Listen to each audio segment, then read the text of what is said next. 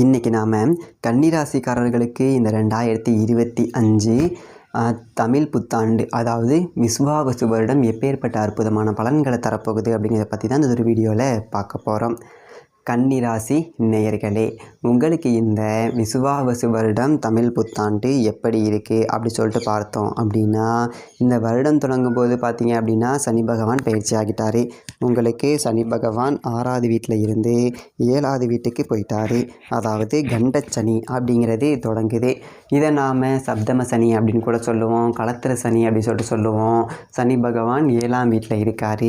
அதே மாதிரி குரு பகவான் பார்த்தீங்க அப்படின்னா 9ஆம் வீட்டில் இருந்து உங்களுடைய ராசியை பார்க்குறாரு.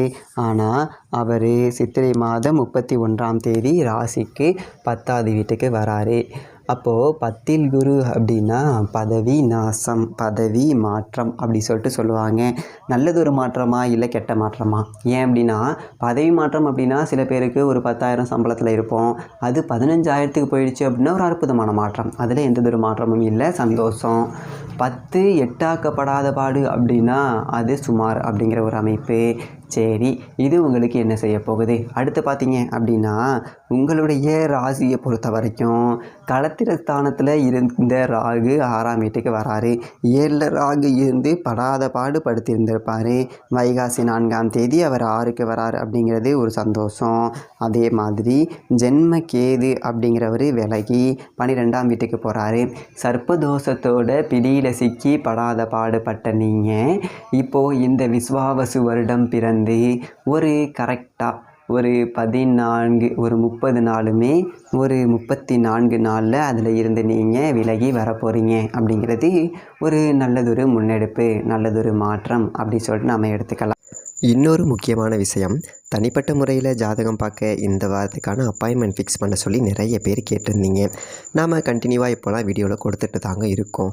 இப்போது ரூபாய் 199க்கு தெளிவாகவும் விளக்கமாகவும் நம்ம ஜாதகம் பார்த்து தரோங்க. அதுவும் இந்த ஒரு மாதம் மட்டுங்க. அது மட்டும் இல்லாமல் தாழ்மையான வேண்டுகோள், இந்த நம்பருக்கு ஃபோன் கால் எதுவும் பண்ண வேணாங்க. ஜஸ்ட்டு உங்கள் வாட்ஸ்அப்பில் இருந்து மெசேஜ் அனுப்புனாலே போதும். உங்களுக்கு தேவையான அனைத்து டீட்டெயிலுமே நம்ம டீமில் இருக்கிறவங்க கொடுத்துருவாங்க. அப்பாயின்மெண்ட் டேட் மற்றும் டைம் ஃபிக்ஸ் பண்ணதற்கு பிறகு அந்த நேரத்தில் நான் உங்களுக்கு ஃபோன் கால் பண்ணி ஜாதகம் பார்த்து பலன்கள் சொல்லிவிடுவேங்க. உங்களுக்கு வாய்ஸ் நோட் வேணும் அப்படின்னாலும் அதையும் நாங்கள் அனுப்பிச்சிடுவோம். ஜஸ்ட் நீங்கள் வாட்ஸ்அப்பில் மெசேஜ் மட்டும் பண்ணாலே போதுங்க, உங்களுக்கு டீட்டெயில் அப்படிங்கிறது சொல்லிவிடுவாங்க. அப்புறம் நிறைய பேர் கேட்குறாங்க எவ்வளோ நேரம் ஆகும்னு. ஃபஸ்ட்டு நாம் ஜனன காலகட்டத்தை பார்த்து பலன்கள் அப்படிங்கிறத சொல்லிவிடுவோம். இதை விட முக்கியமான விஷயம், இங்கே டைம் ஒரு விஷயமே இல்லைங்க. உங்களுடைய கேள்விகள் பதில்கள், உங்களுடைய கேள்விகளாக இருக்குங்கள்ல, சந்தேகங்கள் கேள்விகள், இது எல்லாத்தையும் சொல்கிறதுக்கே நம்ம நிறைய டைம் எடுத்துக்கும். 30 நிமிஷத்துக்கு மேலே கூட பரவாயில்ல, 1 ஹவர் ஆனாலும் பரவாயில்ல, உங்களுக்கு தெளிவாக புரிகிற வரைக்கும் நாங்கள் ஜாதகத்தை கிளியராக சொல்லிவிடுவோங்க. இதை தாண்டி நம்ம எப்படி ஜாதகம் பார்க்குறோம் அப்படின்னா, முதல்ல ஜனன காலகட்டத்தின் அடிப்படையில் பொதுவான பலன்கள் அப்படிங்கிறத சொல்லிவிடுவோம். அதற்கப்புறமா இப்போ இருக்கக்கூடிய கிரகங்கள் அடிப்படையில் இப்போதைக்கு உள்ள சூழ்நிலைகளும் தசாபுக்திகளின் அடிப்படையில் எதிர்காலத்தை வச்சு நம்ம கணித்து சொல்லிடலாங்க. இதை தாண்டி கடைசியாக உங்களுக்கு தெளிவான உங்களுக்கான பரிகாரம் அப்படிங்கிறதையும் சொல்லிவிடுவோம். இதில் இருந்தே உங்களுக்கு எல்லா டீட்டெயிலும் கிடச்சிரும். கடைசியில் ஜாதகம் இல்லைனாலும் ஜஸ்ட்டு பிறந்த தேதி, நேரம், பிறந்த இடம் மட்டும் சொன்னாலே போதுங்க. நாங்கள் உங்களுக்கு ஜாதகம் பார்த்து பலன்கள்ங்கிறது சொல்லிவிடுவோங்க. நீங்கள் ஜஸ்ட்டு வாட்ஸ்அப்பில் ஒரு மெசேஜ் மட்டும் பண்ணாலே போதுங்க, உங்களுக்கான எல்லா டீட்டெயிலும் சொல்லிவிடுவாங்க. சரி, ஓகே, வாங்க இன்றைக்கான வீடியோக்குள்ளே நாம் போகலாம். சரி, இப்போ நாம் ஒன்று ஒன்றா பார்த்தோம் அப்படின்னா, கண்டச்சனி அப்படிங்கிறது என்ன செய்யும் அப்படின்னா, சனி பகவான் 7ஆம் வீட்டில் இருக்கார் அப்படின்னா அது கண்டச்சனி. இந்த ஒரு காலகட்டத்தில் வரவு தெரியுங்க அப்படின்னா அமையாது, நம்ம அதை கவனமாக இருந்துக்கணும். கன்னிராசிக்காரர்கள் திருமணமாகாதவர்களாக இருந்தீங்க அப்படின்னா வரன் தேடுவதற்கு படாத பாடு படணும். பல இடத்துல போனையா பொண்ணு பார்க்குறதுக்கு நான் அலைஞ்ச காசு இருக்கே, அதுவே வந்துட்டு 1 லட்சம் ஆகிடுச்சியா அப்படிங்கிற மாதிரி இருக்கும். எங்கே போனாலும் பார்க்குற இடத்துல பொண்ணு பிடிக்காது, இல்லை நமக்கு பிடிச்சிருந்தது அப்படின்னா பொண்ணு வீட்டில் ரொம்ப தூரமாக இருக்குது, மாப்பிள்ளை என்ன வேலை பார்க்குறாரு, சொந்த வீடு இருக்கா, தோட்டம் இருக்கா, துறவு இருக்கா அப்படி சொல்லி கேட்பாங்க.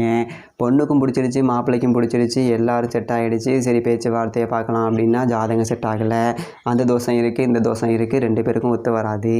பொருத்தம் பத்தலை அப்படின்னு சொல்லிட்டு சொல்லுவாங்க. அதனால் கூடுமான வரைக்கும் வரன் அப்படிங்கிறது ஆணோ பெண்ணோ தேடி போகாதீங்க. உங்களை தேடி வந்தது அப்படின்னா எடுத்துக்கலாம். அதுதான் ரொம்ப அவசியம். ஏன் அப்படின்னா இப்போ நீங்கள் உங்களுக்கு கன்னிராசி அப்படின்னா தேடிக்கிட்டு வரும் வரன் அப்படி வந்துச்சு அப்படின்னா அதை நீங்கள் அடுத்தது ஒரு கட்டத்துக்கு எடுத்துகிட்டு போகலாம். அதால் ஒரு நற்பலன்கள் அப்படிங்கிறது இருக்குது. நீங்கள் தேடிக்கிட்டே போயிட்டு இந்த ஒரு காலகட்டத்தில் நாம் மனம் முடித்தாலும் அதில் இருந்து பின்னாடி ஒரு கஷ்ட வாழ்க்கை கஷ்டம் அப்படிங்கிற மாதிரி தான் இருக்கும். அதனால் அதில் கொஞ்சம் கவனமாக இருந்துக்கோங்க. அதே காலகட்டத்தில் பார்த்தீங்க அப்படின்னா இந்த திருமணமான தம்பதிகளுக்குள்ளே நிறைய கருத்து வேற்றுமை அப்படிங்கிறது வரும். இது எல்லாம் அதாவது தொட்டதெல்லாம் குற்றம், கைப்பட்டா குற்றம், கால்பட்டா குற்றம். அதாவது நீங்கள் ஆசையாக ஒரு 5000க்கு பட்டு புடவை வாங்கிட்டு போவீங்கன்னு வச்சுக்கோங்களேன். ஒரு சர்ப்ரைஸாக கொண்டு போய் கொடுப்போம் அப்படின்னு சொல்லி கொண்டு போனீங்கன்னு வச்சுக்கோங்களேன். இந்த கலர் தான் என்கிட்ட இருக்கே, இதை ஏன் இப்போ தூக்கிட்டு வந்த, இது நல்லாவா இருக்குது, இது நூலாக அப்படியே வந்துடும், உன்னையாவே இதை வாங்கிட்டு வர சொன்னால் காசை கறியாக்கி வச்சிருக்கி, என்னை கூட்டு போயிருக்கக்கூடாதா, இப்படிலாம் சண்டை வரும். பிறந்த நாள் ஒரு சர்ப்ரைஸாக கொண்டு போய் கொடுப்போம், ஒரு கல்யாண நாள் ஒரு கிஃப்டாக கொண்டு போய் கொடுப்போம் அப்படி சொல்லிட்டு நம்ம ஒரு நல்லது ஒரு எண்ணத்தில் கொண்டு போயிட்டு காசை போட்டு வாங்கி அதுக்கு நாம் அரை மணி நேரம் பார்த்து வாங்கணும். அதால் தேவையில்லாத சண்டை வரும். அதனால் முக்கியமான முடிவுகள் ஏதாவது எடுக்கணும் அப்படின்னா சாதாரணமாக ஒரு துணிமணி எடுக்கணும், வீட்டுக்கு தேவையான ஒரு பொருள் வாங்கணும் அப்படின்னா கூட கணவன் மனைவி 2 பேரும் ஒரு ஆலோசனை பண்ணிவிட்டு எது வாங்கணும் அப்படின்னு 2 பேரும் சேர்ந்து போயிட்டு வாங்குறது அப்படிங்கிறது தான் அந்த ஒற்றுமை அப்படிங்கிறத பலப்படுத்தும். இல்லை நான் வந்துட்டு சர்ப்ரைஸ் பண்ணுறேன் போகிறேன் வரேன் அப்படின்னா அது பஞ்சாயத்தில் தான் கொண்டு போயிட்டு விடும். இந்த மாதிரியான விஷயங்களில் கவனமாக இருக்கணும். அதே மாதிரி மனைவி வீட்டார் இப்போ திருமணம் ஆகிடுச்சு, பிரச்சனை மச்சனாக இருக்கலாம், மாமனாராக இருக்கலாம், அவங்க சொந்த பந்தத்தில் கொடுக்கல் வாங்கல் அப்படிங்கிறது வச்சுக்கக்கூடாது. கொடுத்துருந்தா வாங்கியிருந்தா அதற்கு முன்னாடியே கொடுத்துருங்க. அதே மாதிரி அவர்களுடைய வகையாக வராவில் ஏதாவது ஒரு பொண்ணு பார்த்து வைக்கிறது, இல்லை ஒரு மாப்பிள்ளை பார்த்து வைக்கிறது, அதெல்லாம் நீங்கள் செய்யாதீங்க. ஒரு பொண்ணு இருக்குப்பா, நம்ம ஒரு மச்சனனுக்கு ஏதாவது ஒரு பொண்ணு இருந்தால் பாரு அப்படிம்பாங்க, மச்சனிச்சிக்கு ஏதாவது ஒரு மாப்பிள்ளை இருந்தால் பாரு அப்படின்னு சொல்லிட்டு சொல்லுவாங்க. தலையே கொடுக்காதீங்க, அதுக்கப்புறம் எடுக்க முடியாது. பார்க்குறேன் அப்படி சொல்லிவிட்டு ஒன்றும் அமையலை, இதை தெரிஞ்சால் சொல்கிறேன் அப்படிங்கிற மாதிரி ஓட்டிகிட்டு போயிடணும். இந்த நேரத்தில் நம்ம ஏதாவது ஒன்று பார்த்து வச்சு அதில் வில்லங்கம் அப்படின்னா கொண்டு பழிய மொத்தமாக கொண்டு வந்து நம்ம தலையில் இது பண்ணிட்டு போயிடுவாங்க. இந்த மாதிரியான விஷயங்களில் கொஞ்சம் கூடுதல் கவனம் அப்படிங்கிறதும் கூடுதல் கவனம் அப்படிங்கிறதே இருக்கணும். அதோட முக்கியமான ஒரு விஷயம் என்ன அப்படின்னா கூட்டு தொழில் செய்யவே கூடாது. கூட்டாளிகளுக்குள்ள ஒரு பிரிவு அப்படிங்கிறது வந்துடும். அதனால் கூட்டு தொழில் அப்படிங்கிற செஞ்சீங்க அப்படின்னா பிரிச்சுக்கோங்க. முறைப்படி ஒப்பந்தங்களை போட்டுட்டு உனக்கு இந்தா எனக்கு இந்தா அப்படின்னு சொல்லிட்டு 2 பேரும் பிரிச்சுக்கோங்க. அதுதான் நல்லதும் கூட. புது கூட்டாளிகள் வேண்டாம். எலி விலையானாலும் தனி விலையாக இருங்க. ஒரு 10 ரூபா நம்மக்கிட்ட இருக்கா, 10 ரூபா போட்டு 12 ரூபா எடுப்போம். இன்னொருத்தவனை சேர்த்துக்கிட்டு ஒரு 20 ரூபா போட்டு நான் 30 ரூபா எடுக்கிறேன் அப்படின்னு சொல்லிட்டு இந்த 12 ரூபாயும் விட்டுட்டு போயிடக்கூடாது. அதில் கொஞ்சம் கவனமாக இருந்துக்கணும். அதோட முக்கியமான விஷயம் என்ன அப்படின்னா நண்பர்கள் வகையில் கொஞ்சம் சுற்று வட்டத்தை குறைச்சிக்கணும். நிறைய கூட்டாளிகள் இருக்காங்க, அவங்க கூட சுற்றிக்கிட்டு நம்ம பொழப்பையும் விட்டுருவோம், குடும்பத்துலேயும் பிரச்சனை வந்துடும், நண்பர்களுக்குள்ளே ஒரு பிரிவு வந்துடும். நம்ம நண்பனாக நினச்சவனே நமக்கு துரோகியாகி முதல குத்துவான். இதெல்லாம் கவனமாக இருந்துக்கணும். அடுத்ததாக பார்த்தீங்க அப்படின்னா குரு பெயர்ச்சி 10ல் குரு வந்தால் பதவியில் மாற்றம் வருமா அப்படின்னு கேட்டோம் அப்படின்னா கண்டச்சனி இருக்கக்கூடிய காலகட்டத்தில் சுமாரான ஒரு மாற்றம் தான் வரும். அதனால் குடும்பத்தை விட்டு பிரிஞ்சிருந்து எங்கேயாவது வெளியில் போய்ட்டு வேலை செய்கிறேன் ஒரு சூழல் கிடச்சிச்சு அப்படின்னா ஓடி போயிருங்க. சொந்த ஊரில் வேலை செய்கிறேன், ஒரு சென்னைக்கு ட்ரான்ஸ்ஃபர் போட்டாங்க, ஒரு கோயம்புத்தூருக்கு ட்ரான்ஸ்ஃபர் போயிட்டாங்க அப்படின்னா ஓடி போயிருங்க, நல்லது. பெரியதொரு ஒரு பரிகாரம் அப்படிங்கிறது இதுதான். பெரியதொரு தோஷம் அப்படிங்கிறது இது நிவர்த்தி ஆகி போயிடும். வெளிநாடு, சிங்கப்பூர், மலேசியா போகிறேன் அப்படின்னா ஓடி போயிருங்க. இருந்தாலும் சந்தோஷமாக இருக்கலாம், கிட்டேருந்து எலியும் பூனையுமா கடிச்சிட்டு கிடக்கிறதுக்கு. அதனால் இந்த மாதிரியான காலகட்டத்தை நம்ம பிரிஞ்சிருந்தோம் அப்படின்னாக்க அது வந்துட்டு ஒரு நல்லதொரு மாற்றம் நமக்கு. அந்த பிரிவினை அப்படிங்கிறது நமக்கு ஒரு தோஷத்தை அடிபட்டு போயிடும். இல்லை ஜோசியரே நான் வந்து சொந்த பிஸ்னஸ் பண்ணுறேன், வீட்டிலே தான் இருக்கேன், என்ன பண்ணுறது அப்படின்னா மாற்றத்தை நம்மளாக வர வச்சுக்கணும். வாடகை வீட்டில் இருந்தால் வீடு மாறுங்க. சொந்த வீட்டில் இருக்கீங்களா, படுக்கிற இடத்த மாற்றி விட்ருங்க. எங்கள் ஜோசியரை ஒரு ரூம் தான் இருக்குது, நான் எங்கள் வீட்டை மாற்றுறது அப்படியா, சரி நீங்கள் ஒன்றும் பிரச்சனை கிடையாது. கிழக்க தலை வச்சுருக்கீங்களா, மேற்க வச்சுருங்க. மேற்க வச்சுருக்கீங்களா, தெற்க வைங்க. தெற்க வச்சுருக்கீங்களா, கிழக்க வைங்க. வடக்க தவிர நீங்கள் படுத்துருக்க திசையை தலை மாற்றி படுங்க. சாப்பிட்ற இடத்த மாற்றுங்க. இங்கே உட்காந்து சாப்பிட்டா அங்கே உட்காந்து இந்த மாதிரி சின்ன சின்ன மாற்றத்தை நாம் வர வச்சுக்கிட்டோம் அப்படின்னா பெரியதொரு பாதிப்புகள் அப்படிங்கிறது எதுவும் இருக்காது. குரு பார்வை அப்படிங்கிறது உங்களுக்கு சாதகமாக தான் இருக்கும், கவலைப்பட வேண்டியது இல்லை. ஏன்னா குரு பார்வை 2, 4, 6 இந்த 3 வீட்டில் விளையுது. 2ஆம் இடம் அப்படிங்கிறது தனஸ்தானம், தனவாக்கு, குடும்பஸ்தானம் அப்படிங்கிறதுனால காசு பணத்துக்கு கஷ்டம் அப்படிங்கிறது வராது, கவலைப்பட தேவை கிடையாது. 10 ரூபா வருமானம் அப்படிங்கிறது எப்பவும் போல் வந்துக்கிட்டு இருக்கும். 10 ரூபா கூடுதல் வருமானம் அப்படிங்கிறதும் அடையலாம். உங்களுடைய பேச்சுக்கு மதிப்பு மரியாதை அப்படிங்கிறது சொந்தத்தில் அதிகமாக இருக்கும். அதே மாதிரி 4 குரு பார்வை விழுகுது அப்படிங்கும்போது தாயார் வழி சொந்தங்களால் லாபம் இருக்குது. தாயார் வந்துட்டு உங்களுக்கு போட்டிருக்கக்கூடிய நகை நட்டை கூட பிரித்து உங்களுக்கு ஆளுக்கு பாதியாக கொடுக்கறதுக்கு வாய்ப்பு இருக்குது. அதையும் பயன்படுத்திக்கோங்க. தாய்க்கும் மகனுக்குமான அந்த உறவு அப்படிங்கிறது ரொம்ப அந்யோன்யமாக இருக்கும். 6ஆம் இடத்துல குரு பார்வை விழுகுது. 6க்கு ராகு வரப்போகிறாரு. 6 வந்துட்டு ருணரோக சத்துருஸ்தானத்துக்கு வந்துட்டு எதிரிகளை பந்தாட போகிற ஒரு ராகுவாக வரப்போகிறாரு. அவரை குரு பார்த்து புனிதப்படுத்துகிறார். அப்படிங்கும்போது உங்களுடைய கடன் எல்லாமே அடைஞ்சிரும். ₹1 கூட கடன் இல்லைடா அப்படி சொல்லிட்டு இந்த விஸ்வாவசு வருடத்தில் எல்லா கடனையும் அடைச்சிட்டு நீங்கள் நிம்மதியாக இருக்கலாம். எதிராளிகள் இருக்க மாட்டாங்க.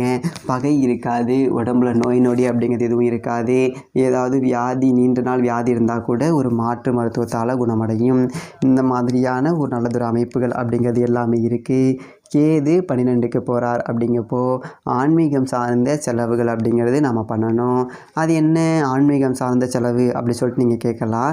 நீங்கள் கோவிலுக்கு போகணும் அப்படி சொல்லிட்டு நினச்சிருந்துருப்பீங்க. ரொம்ப வருஷமாக போக முடியாது. ஒரு அயோத்திக்கு போயிட்டு ராமராக பார்க்கணும், இல்லை சபரிமலைக்கு போயிட்டு சாமி ஐயப்பனை பார்க்கணும், சாஸ்தாவை பார்த்து வணங்கணும், இல்லை திருப்பதிக்கு போயிட்டு ஏழுமலையானை பார்க்கணும். இந்த மாதிரி இருந்தது அப்படின்னா அந்த பிரார்த்தனையை நிறைவேற்றி அதாவது செலவு பண்ணிப்போங்க. ஆன்மீக செலவு பண்ணுங்க.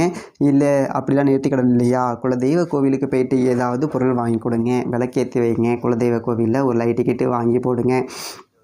உங்கள் வாழ்க்கை வெளிச்சமாகும். குலதெய்வம் தெரியலையா, ஈஷ்ட தெய்வம் வீட்டுக்கு பக்கத்தில் இருக்கக்கூடிய ஒரு ஆலயம், ஏதாவது ஒரு கட்டுமான பணி நடக்குது, ஒரு 10 மூட்டை சிமெண்ட் வாங்கி கொடுக்குறேன், ஒரு ஜல்லி வாங்கி தரேன், மணல் வாங்கி தரேன், செங்கல் வாங்கி தரேன். இந்த மாதிரி உங்களால் முடிஞ்ச ஏதாவது ஆலயம் சார்ந்த ஒரு உதவிகள் அப்படிங்கிறத தொடர்ச்சியாக செஞ்சுட்டு வாங்க. இந்த விஸ்வாவசு வருடம் உங்களுடைய வாழ்க்கையில் அற்புதமான ஒரு மாற்றங்களை கொடுக்கக்கூடிய வருடமாக இருக்கும். கன்னி ராசிக்காரர்களுக்கு இந்த வருடம் யோகமான வருடமாக நிச்சயமாக அமையும். நன்றி, வணக்கம்.